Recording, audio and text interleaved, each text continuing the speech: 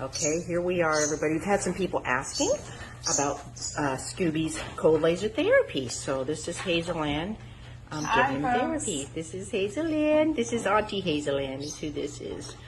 Yeah, so Scooby is the best little patient. He is so good. And a lot of you wonder, what is cold therapy? Well, it's like an infrared light that helps stimulate blood flow. And if you're thinking, oh, well, gee, is it shocking him? Is it hot or whatever? There's it on my arm. It's barely warm. It just feels kind of like a light. That's all. It's not really.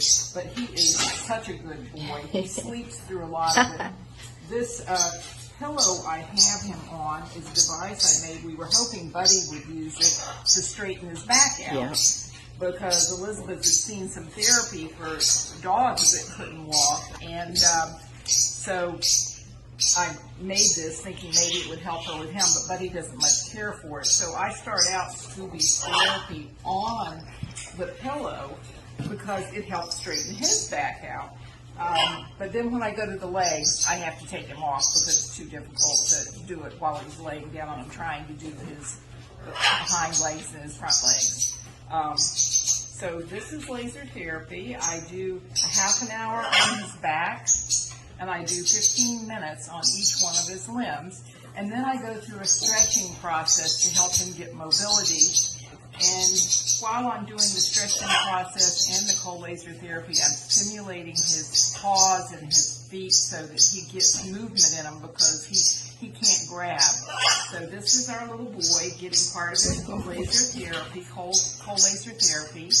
And I hope that answers some of your questions. Yes, and I'm telling you, as you guys can see, he has greatly improved. I mean, to be pulling himself up, wrestling with his brother, still his brother. But this pillow that she made is so cool because it's like a half circle shape, and he fits perfectly on it. I mean, she just came up with this ingenious idea with pool noodles, right?